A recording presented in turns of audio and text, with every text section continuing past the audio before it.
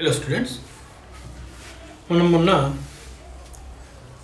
Intermediate first year అకౌంట్స్లో journal entries ఎలా రాయాలో మనం చూసుకున్నాం. జర్నల్ ఎంట్రీస్ రాసి అంటే దానికి ఎలా మనం ఒక పద్ధతిని ఫాలో కావాలి అంటే జర్నల్ ఎంట్రీస్ రాయడం చాలా సులువేనండి. బట్ మీరు ఫస్ట్ ఇయర్ అంటే ఇప్పుడే మీకు అకౌంట్స్ అనేది ఇంట్రడ్యూస్ అవుతుంది కాబట్టి మీరు దాన్ని ఎంత డీప్గా నేర్చుకుంటే అంటే ఏ ఎంట్రీకి ఎలాంటి కనెక్షన్స్ ఉంటాయో తెలుసుకుంటే బాగుంటుందని ఉద్దేశంతో మనం చాలా డీప్గా కూడా చెప్పాము. అయితే ఇంత స్లోగా అవసరమా అంటే స్లోగానే చెప్పాలండి. వన్స్ ఒక్కసారి మీకు ఆ మైండ్లోకి దాన్ని అంటే ట్రాన్సాక్షన్ చూడగానే ఐడెంటిఫికేషన్ జరగడము, దాని వెనకాల నుంచి లాజిక్ అంతా మీ బ్రెయిన్లో రన్ అవ్వడం అదంతా జరిగింది అంటే వన్స్ మీరు చాలా సింపుల్గా నెక్స్ట్ ప్రాసెస్కి వెళ్ళిపోతారు అనమాట. అంటే ఒకవేళ మీరు దీంట్లో నుంచి మీ ఇప్పుడు చూసే వాళ్ళలో ఎవరైనా అగ్రికల్చరిస్ట్ ఉంటే కనుక వాళ్ళకి తెలుస్తుందండి. అంటే భూమిలో సీడ్స్ వేయడం అనేది ఇంపార్టెంట్ కాదండి.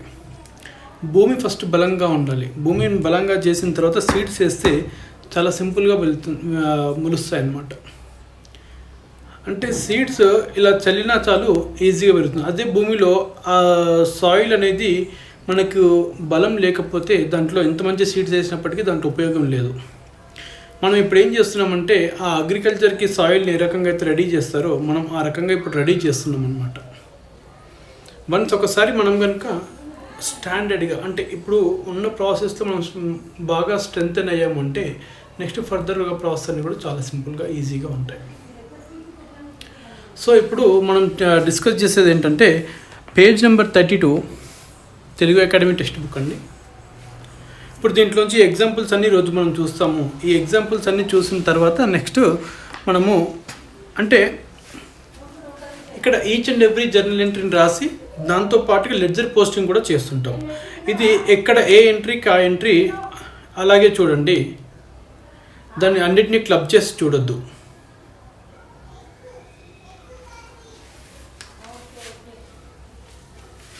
So first transaction in your textbook is page number 32. Purchased goods for rupees cash 5,000 rupees. So goods మనం purchase చేసామంట. Goods purchased for cash 5,000 rupees అన్నాడు. 5,000 రూపీస్కి మనం గూడ్స్ పర్చేస్ చేసాం కాబట్టి దీంట్లో మీరు ఈ ట్రాన్సాక్షన్స్లోంచి 2 పార్ట్స్ని ఐడెంటిఫై చేయండి. ఒకటి గూడ్స్ పర్చేస్, ఇంకోటి క్యాష్. సో గూడ్స్ పర్చేస్ మీరు ఒక నోట్బుక్ తీసుకోండి. నోట్బుక్లో మనం ఇప్పుడు ఏదైతే చెప్తామో ఆ ప్రాసెస్ అంతా మీరు కూడా రన్ చేస్తూ ఉండాలన్నమాట. Please take a notebook. Okay, please take a notebook and right down all those points what I'm explaining here. So first transaction ఏంటి రాయండి.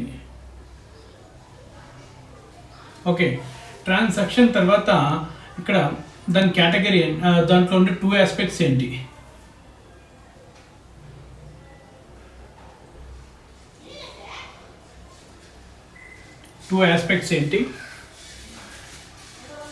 కేటగిరీ ఆఫ్ ఎక్స్పెండిచర్ ఏంటి. ఓకేనా, కేటగిరీ ఆఫ్ ఎక్స్పెండిచర్ తర్వాత నెక్స్ట్ అది అంటే ఇక్కడ వచ్చేసి మనం ఏం రాస్తామంటే either అది అసెట్ అవుతుందా లేకపోతే ఎక్స్పెండిచర్ అవుతుందా, ఏ రకంగా ఐటమ్ ఏంటి అనేది రాస్తాం. ఇక్కడ దాని ఏ రూల్కి ఏ క్లాసిఫికేషన్ ఉంటో రాయండి. Classification of ledger. క్లాసిఫికేషన్ రాసిన తర్వాత ఇక్కడ దాని రిజల్ట్ ఫైనల్ రిజల్ట్ రూల్ రాయండి. రూల్ రాసిన తర్వాత రిజల్ట్ ఏంటో రాయండి. మీకు ఇలా రాస్తే కనుక మీకు చాలా సింపుల్గా అర్థమవుతుందండి ఇదంతా కూడా. So first transaction is goods purchased for cash. దీంట్లో మనకి 2 ఆస్పెక్ట్స్ ఉన్నాయి కదా. 2 ఆస్పెక్ట్స్లో ఒకటి గూడ్స్ పర్చేస్ చేయడము, ఇంకోటి క్యాష్ అనమాట. ఓకేనా, సో గూడ్స్ పర్చేస్డ్ అని రాసుకోండి, లేదంటే పర్చేస్ అని రాయని, వాట్ ఎవర్, రెండు ఒకటి. గూడ్స్ పర్చేస్డ్ ఒకటి, ఇంకోటి క్యాష్ అనమాట. రెండింటికి కూడా ఫిగర్ అనేది సేమ్గా ఉంటుంది. సో 2 ఆస్పెక్ట్స్లో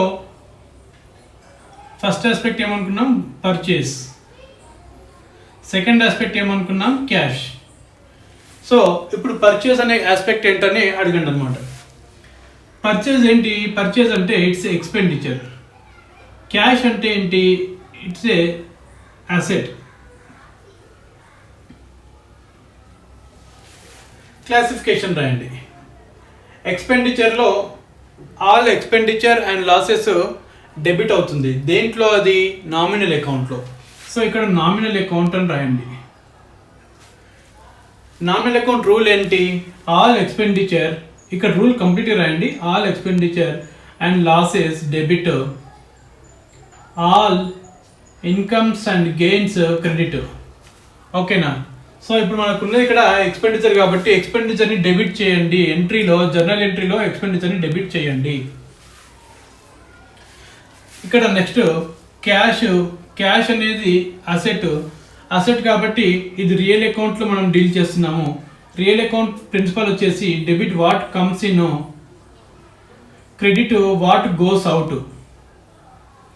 సో ఇక్కడ మనకి క్యాష్ అనేది గూడ్స్ కొనుక్కుంటున్నాం, గూడ్స్ లోపలికి వస్తున్నాయి, మనం క్యాష్ బయటికి ఇచ్చేస్తున్నాము కాబట్టి క్యాష్ని మనం మన బిజినెస్ నుంచి బయటికి వెళ్తుంది. సో క్రెడిట్ చేయండి. సో ఈ రకంగా ప్రతి ట్రాన్సాక్షన్కి మీరు ఇది ఫాలో అవ్వండి. ఈచ్ అండ్ ఎవ్రీ ట్రాన్సాక్షన్కి మీరు కంపల్సరీగా ఈ ప్రాసెస్, ఎంటైర్ ప్రాసెస్ని ఫాలో అవ్వండి. మీకు ఈజీగా ఎంట్రీ అర్థం అవడానికి ఉంటుందన్నమాట.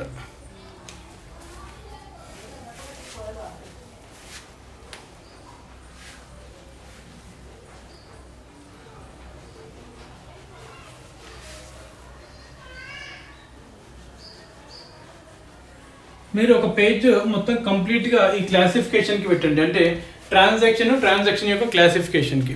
మనం నెక్స్ట్ ఇంకేం చూస్తామంటే జర్నల్ ఎంట్రీకి. అంటే ఇంకొక, అంటే ప్రతి ఏ జర్నల్ ఎంట్రీకి ఆ జర్నల్ ఎంట్రీ సపరేట్గా డీల్ చేద్దామండి. అన్నిటిని కంబైన్ చేయొద్దు. ఓకేనా? సో దీంట్లో 2 ఆస్పెక్ట్స్ ఉన్నాయి. ఒకటి goods purchased, next cash. So goods అనేది ఎక్స్పెండిచర్ అవుతుంది. ఎక్స్పెండిచర్ కాబట్టి నామినల్ అకౌంట్లోకి వస్తుంది. నామినల్ అకౌంట్ కాబట్టి what ever all expenditure are debit, all incomes and gains or credit కాబట్టి ఇది డెబిట్ చేయాలని రాయండి. ఇది వచ్చేసి క్యాష్ అంటే అసెట్ కాబట్టి రియల్ అకౌంట్ ప్రిన్సిపల్ ఏంటో రాయండి. ప్రిన్సిపల్ రాసిన తర్వాత ఇది ఏం చేయాలో రాయండి. ఇప్పుడు జర్నల్ ఎంట్రీని రాయండి. Purchase account debit to cash account 5,000. మీరు ఇక్కడ జర్నల్ ప్రొఫార్మా కూడా వేసుకోండి. జస్ట్ సింపుల్గా ఇలా వేసుకోండి సరిపోతుంది. అది మనకి పెద్ద అదేం కాదు. డేట్ ఇక్కడ కింద అది కూడా రాయండి. Being purchased goods for cash that is 5,000. ఇది జర్నల్లో మనం ఇలా రాస్తామండి. జర్నల్లో రాసిన తర్వాత మనం నెక్స్ట్ స్టెప్ కూడా ఇమీడియట్గా చూద్దాము. దానివల్ల మనకి ఏమొస్తుందంటే ఆ రూట్, అంటే ఒక ట్రాన్సాక్షన్ ఫైనాన్షియల్ స్టేట్మెంట్స్లో ఏ రకంగా రూట్ అవుతుంది అనేది, అంటే ఏ రకంగా అది ఫ్లో అనేది మీకు బాగా అర్థమవుతుంది. సో దీని తర్వాత నెక్స్ట్ మనం ఏమనుకున్నాము, క్లాసిఫికేషన్. అంటే ఎప్పుడైతే మనం అకౌంట్స్ డెఫినేషన్ ప్రకారము identifying, classification and summarizing and next ఏమనుకున్నాము, interpreting and communicating to the users of financial statements. So ఇక్కడ ఐడెంటిఫై అయిపోయింది, రికార్డ్ అయిపోయింది. ఇక్కడ నుంచి మనం క్లాసిఫికేషన్కి వెళ్తున్నాము. క్లాసిఫికేషన్ అంటే లెడ్జర్ పోస్టింగ్ అని. సో ఇక్కడ లెడ్జర్ మీకు ఎలా ఉంటుందో మీకు బాగానే తెలుసు. ఇప్పటివరకు మనం నేర్చుకున్నాం, ఆల్రెడీ చూసాం కూడా. సో మీరు లెడ్జర్కి ఉండే ప్రొఫార్మా ఏదో అది రాసుకోండి. మనం each and every entry separate deal చేస్తున్నాము. సో ఒక ట్రాన్సాక్షన్కి ఒక హాఫ్ పేజ్ మీరు కేటాయించుకుంటే మీకు బాగానే ఉంటుంది. దీంట్లో మనకి 2 కేటగిరీస్ ఆఫ్ ఐటమ్స్ మనకు డీల్ చేస్తున్నాం. ఒకటి పర్చేస్, ఇంకోటి క్యాష్. సో 2 లెడ్జర్ అకౌంట్లు ఓపెన్ చేసుకోండి. అంటే ప్రతి ట్రాన్సాక్షన్కి కూడా 2 లెడ్జర్ అకౌంట్లు ఓపెన్ చేసి పెట్టుకోండి.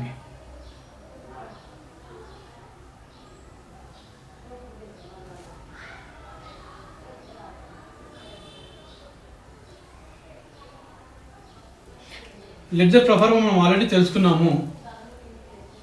ఇక్కడ డెబిట్ ఉంటుంది, ఇక్కడ క్రెడిట్ ఉంటుంది, ఇక్కడ డేట్, పర్టిక్యులర్స్, ఇక్కడ JF number, amount, date, particulars, JF number and amount. So same proforma ఇక్కడ కూడా ఉంటుంది, ఇదంతా మీరు రాసుకోండి.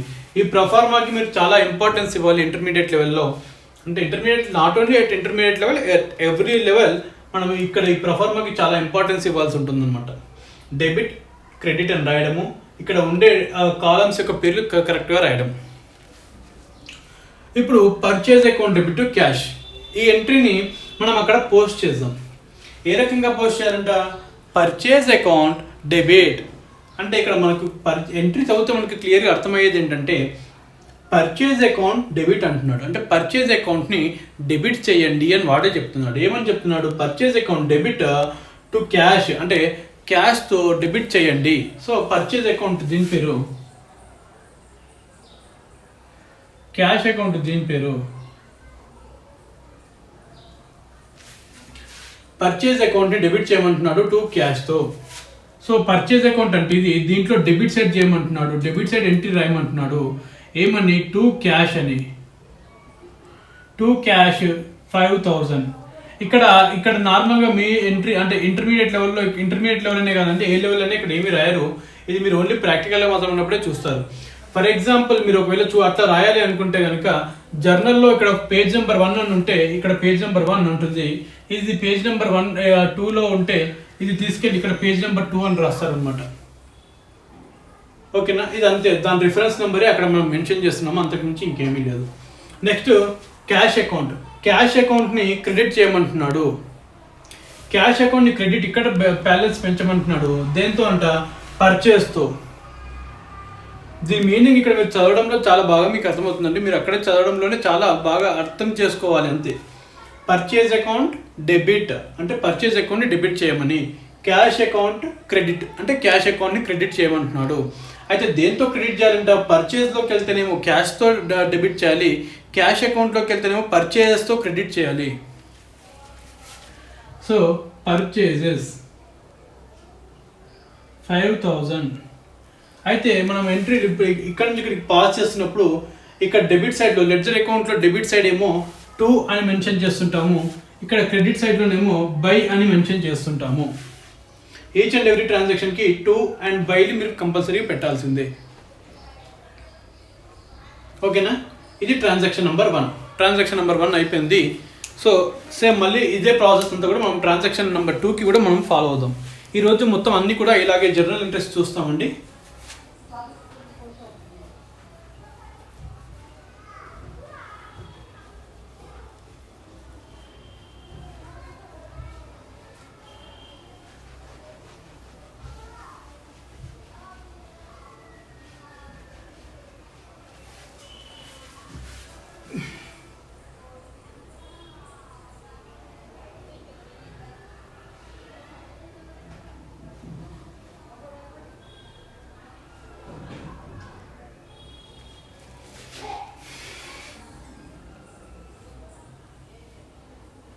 ట్రాన్సాక్షన్ నెంబర్ 2 వచ్చేసి page number 32 intermediate first year Telugu academy text book. Purchased goods on credit from రాజు.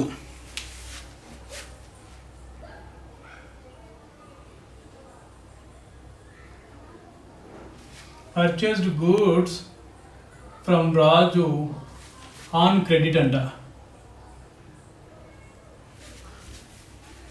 ఎంత? 8000. సో ఇక్కడ మనము 2 ఆస్పెక్ట్స్ని ఐడెంటిఫై చేయాలి. ఫస్ట్ ఆస్పెక్ట్స్ మీరు ఆల్రెడీ ఐడెంటిఫై చేస్తున్నారు సింపుల్గానే, దట్ ఈస్ పర్చేస్డ్ గూడ్స్ అనేది. సెకండ్ ఆస్పెక్ట్ వచ్చేసి రాజు అంటే నార్మల్గా మన దగ్గర నుంచి బయటికి ఏం వెళ్తుంది? ఇక్కడ మన దగ్గర నుంచి గూడ్స్ పర్చేజ్ చేస్తున్నాము, కొనుక్కుంటున్నాము. ఇక్కడ బయటికి ఏం వెళ్తుంది? రాజు అకౌంట్ రాజు దగ్గర నుంచి క్రెడిట్కి కొంటున్నామంట. అంటే మన దగ్గర నుంచి బయటికి ఏమి వెళ్ళట్లేదు. But who is giver of the benefit? మనము బెనిఫిట్ లోపలికి తీసుకుంటున్నాం. ఆ బెనిఫిట్ ఎవరి ద్వారా వస్తుందంటే మనకి రాజు ద్వారా వస్తుంది.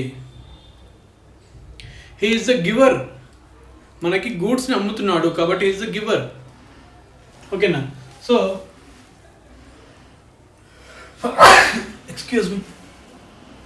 So purchased and Raju, these are the two aspects. So ఫస్ట్ది పర్చేజెస్. సో పర్చేజెస్ అనగానే మీరు ఫస్ట్ దాని కేటగిరీ ఏంటో చూస్తారు. కేటగిరీ వచ్చేసి ఎక్స్పెండిచర్ కాబట్టి నామినల్ అకౌంట్లో డీల్ చేస్తాము. నామినల్ అకౌంట్ ప్రిన్సిపల్ ఏంటో ఆ రూల్ ఇక్కడ రాయండి. All expenditure and losses are debit and all incomes and gains or credit అనే రూల్ ఇక్కడ రాయండి. ఇది ఎక్స్పెండిచర్ కాబట్టి దీన్ని డెబిట్ చేయండి అని చెప్పి రాసుకోండి. నెక్స్ట్ సెకండ్ ఆస్పెక్ట్ వచ్చేసి రాజు అని ఉంది. సో రాజు అనే ఆస్పెక్ట్ రాయండి. ఇది పర్సనల్ అకౌంట్. దాంట్లో కూడా మీరు చూస్తే న్యాచురల్ పర్సనల్ అకౌంట్ అవుతుంది. సో న్యాచురల్ పర్సనల్ అకౌంట్ కాబట్టి ఇక్కడ పర్సనల్ అకౌంట్లో డీల్ చేస్తాము. పర్సనల్ అకౌంట్ ప్రిన్సిపల్ ఏంటో ఇక్కడ రాయండి. Debit is the receiver, credit is the giver. So ఇక్కడ మనకు వీడు అమ్ముతున్నాడు, మనకి బెనిఫిట్ని ఇస్తున్నాడు, సో వీడిని క్రెడిట్ చేయండి అని రాయండి. ఇప్పుడు ఎంట్రీ రాసుకున్నట్టయితే కనుక ఎంట్రీ నెంబర్ 2, ఇక్కడ మనకు డేట్ లేదు కాబట్టి ఎంట్రీ నెంబరే రాసుకోండి సరిపోతుంది. డేట్ అని రాసినా పర్వాలేదు, ఎంట్రీ నెంబర్ అని రాసినా పర్లేదు, బట్ మ్యాక్సిమం మనం డేట్ అనే రాసుకోవాలి. ఎంట్రీ ఏంటంటే పర్చేజ్ వస్తే డెబిట్ చేయమంటున్నాడు. So purchase account debit to purchase account ఎంతతో డెబిట్ చేయాలి? 8,000తో. టు రాజు అంటే మనకి giver of the benefit Raju అంట. సో రాజుని బెనిఫిట్ క్రెడిట్ చేసుకోవాలి. ఇప్పుడు నరేషన్ రాయండి. కింద రాసే ఎక్స్ప్లెనేషన్ మనం నరేషన్ అంటాము. Being goods purchased on credit from Raju for 8,000 rupees. ఇక్కడ నరేషన్ రాయడానికి మీరు పెద్దగా ఇబ్బంది ఏం పడొద్దండి. ఒకటి ఆ ట్రాన్సాక్షన్ ఏదైతుందో ట్రాన్సాక్షన్కి ముందర బీయింగ్ అని ఒకటి తగిలిస్తే అదే నరేషన్ అయిపోతుంది. దీని ఇక్కడ నుంచి అక్కడికి తీసుకెళ్ళినప్పుడు క్లాసిఫికేషన్లో ఇక్కడ 2 ఆస్పెక్ట్స్ ఉన్నాయి. 2 ఆస్పెక్ట్స్ ఒక్కొక్క లెడ్జర్ అకౌంట్ ఓపెన్ చేయాలనుకున్నాము కాబట్టి పర్చేజ్ అకౌంట్ ఒకటి, నెక్స్ట్ది రాజు అకౌంట్ ఒకటి. ఓకేనా? సో పర్చేజ్ అకౌంట్ని డెబిట్ చేయమంటున్నాడు. ఎంతతో? 8,000తో. సో పర్చేజ్ అకౌంట్ని డెబిట్ చేసేద్దాం. ఎంత? 8,000 రూపీస్తో. దేంతో డెబిట్ చేయాలంటే ఐటమ్ 2 రాజు అనే పేరుతో డెబిట్ చేయమంటున్నాడు. అలాగే రాజు అకౌంట్ని క్రెడిట్ చేయమంటున్నాడు. ఏ రకంగా క్రెడిట్ చేయాలంట? 8,000 రూపీస్తో క్రెడిట్ చేయమంటున్నాడు. ఐటమ్ వచ్చేసి పర్చేజెస్తో. సో ఇక్కడ మనం రాసేటప్పుడు బై అని రాస్తాం కాబట్టి బై పర్చేజ్ 8,000. సో ఈ రకంగా జర్నల్ ఎంట్రీస్ రాస్తున్నాము. జర్నల్ ఎంట్రీస్ నుంచి లెడ్జర్ పోస్టింగ్ చేస్తున్నాము. అయితే మీకు ఇక్కడ ఇంకోటి నేను చెప్పాల్సింది ఏంటంటే మనం ఫాలో అవుతుంది double entry system of book keeping and dual aspect సిస్టమ్ని మనం ఫాలో అవుతున్నాము. కాబట్టి ఈచ్ అండ్ ఎవ్రీ ఎంట్రీకి మనకు ట్రయల్ బ్యాలెన్స్ టాలీ అవ్వాలి, బ్యాలెన్స్ షీట్ టాలీ అవ్వాలని చెప్పి మనం చెప్పుకున్నాం. సో మీరు ఇక్కడ చూస్తే 8,000 రెండు ఉంటాయి. ఇదే బ్యాలెన్సింగ్ ఇక్కడ బ్యాలెన్స్ చేస్తే మళ్ళీ ఇక్కడ టోటల్ చేస్తే 8,000 వస్తుంది. ఇక్కడ టోటల్ 0 ఉంది కాబట్టి టోటల్లో మనము ఏది ఎక్కువ ఉంటే అది రాసుకుంటాం. 8,000.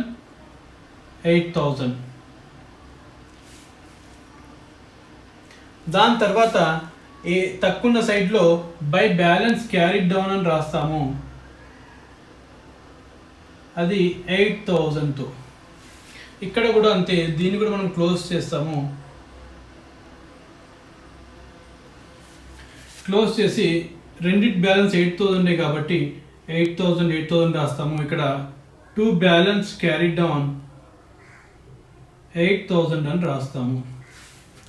సార్ ఇదంతా ప్రాసెస్ ఇప్పుడే ఎందుకు చెప్తున్నారు అని చెప్పి మీరు అనుకోవద్దు. ఎందుకంటే నాది ఒకటే ఇంటెన్షన్, మీకు జర్నల్ అంటే అకౌంట్స్లో ప్రాసెస్ అనేది ఏ రకంగా రన్ అవుతుంది అన్నది మీకు క్లియర్ థాట్ అనేది ఉండాలి. థాట్ ప్రాసెస్లో ఎంట్రీని చూడగానే మీకు ఒకేసారి ఎంట్రీ లెడ్జర్ పోస్టింగ్ అయిపోవాలి. లెడ్జర్ పోస్టింగ్ తర్వాత ట్రయల్ బ్యాలెన్స్లోకి వెళ్ళిపోవాలి. ట్రయల్ బ్యాలెన్స్ నుంచి profit and loss account, balance sheet.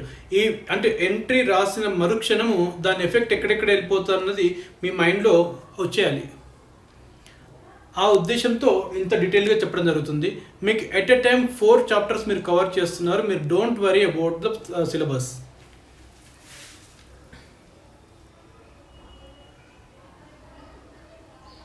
ఇది ట్రయల్ బ్యాలెన్స్ అండి. ట్రయల్ బ్యాలెన్స్ ఇలాగే ఉంటుంది.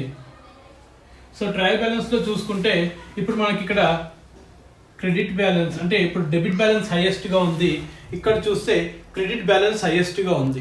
సో హైయెస్ట్గా ఉన్న బ్యాలెన్స్ తీసుకుంటాం కాబట్టి పర్చేజెస్ డెబిట్ బ్యాలెన్స్ 8,000 అనమాట. అలాగే రాజు క్రెడిట్ బ్యాలెన్స్ 8,000 అనమాట. సో ట్రయల్ బ్యాలెన్స్ అనేది టాలీ అయిపోతుంది.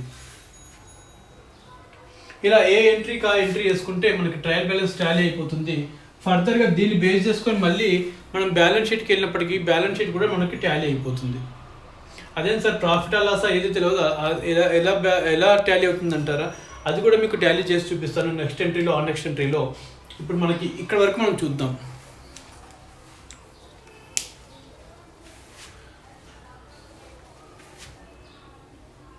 సో ఎంట్రీ నెంబర్ 2 మీరు రికార్డ్ చేసుకున్నారు. సో ఎంట్రీ నెంబర్ 3 ఒకసారి మీరు చూసి మీరు అది ఎలా రికార్డ్ చేద్దాం అనుకుంటున్నారో మీరు ఒక్కసారి చూడండి. మనం ఎంట్రీ నెంబర్ 3ని కూడా మనం చేసేద్దాం.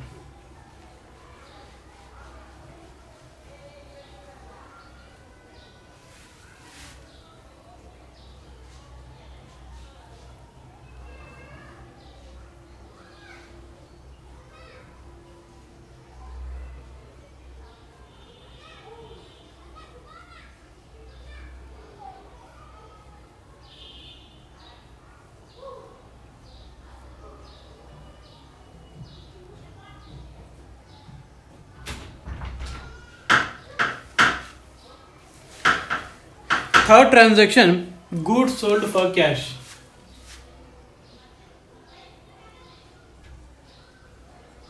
Goods sold for cash transaction ఎంత అంట 6,000 అమౌంట్. సో దీంట్లో మళ్ళీ మీరు 2 ఆస్పెక్ట్స్ ఐడెంటిఫై చేయండి. 2 ఆస్పెక్ట్స్ వచ్చేసి ఒకటి గూడ్స్, ఇంకొకటి క్యాష్. మనము డబ్బులకి సేల్స్ చేసాము, గూడ్స్ మన దగ్గర నుంచి బయటికి వెళ్తున్నాయి, క్యాష్ మనకి లోపలికి వస్తుంది అనమాట. సో మనకి ఇన్కమింగ్ బెనిఫిట్ వచ్చేసి క్యాష్ వస్తుంది, గూడ్స్ అవుట్ గోయింగ్ బెనిఫిట్ వచ్చేసి గూడ్స్ బయటికి వెళ్తున్నాయి. ఆ గూడ్స్ బయటికి వెళ్ళేప్పుడు మనం దానికి పెడుతున్న పేరే సేల్స్, అది మనకి ఇన్కమ్ అవుతుంది. సో గూడ్స్ని సేల్స్ బయటికి వెళ్తుంది అంటే దాని పేరు మనం సేల్స్ అని పెడుతున్నాము. So sales account nominal account అవుతుంది. నామినల్ అకౌంట్ ప్రిన్సిపల్ ప్రకారము all expenditure and losses are debit, all incomes and gains or credit అని చెప్పి చెప్పుకున్నాం. సో రూల్ ప్రకారం ఇది ఏం చేయాలి? క్రెడిట్ చేయాలి. నెక్స్ట్ క్యాష్ అనేది మనకి అసెట్ కాబట్టి దీనికి ఏమని చెప్పుకున్నాము? రియల్ అకౌంట్లోకి వస్తుంది. రియల్ అకౌంట్ ప్రిన్సిపల్ ఏంటంటే what comes in is debit, what goes out is credit. కాబట్టి ఇది ఇన్కమ్ లోపలికి వస్తుంది కాబట్టి డెబిట్ చేయండి. సో ఇప్పుడు ఎంట్రీ రాస్తే మనం ఎంట్రీ రాయడం మాత్రము ఆల్వేస్ డెబిట్ ఎంట్రీ పైకి వస్తుంది, క్రెడిట్ ఎంట్రీ కిందికి వస్తుంది. సో డెబిట్ ఫస్ట్ ఏం చేయాలంటే క్యాష్ని డెబిట్ చేయాలి. So cash account debit to sales అకౌంట్ని క్రెడిట్ చేయమంటున్నాడు. అమౌంట్ ఎంత అంట 6,000. సో దీనికి నరేషన్ కూడా మీరు రాసేయండి. Being sales made for cash rupees 6,000 rupees.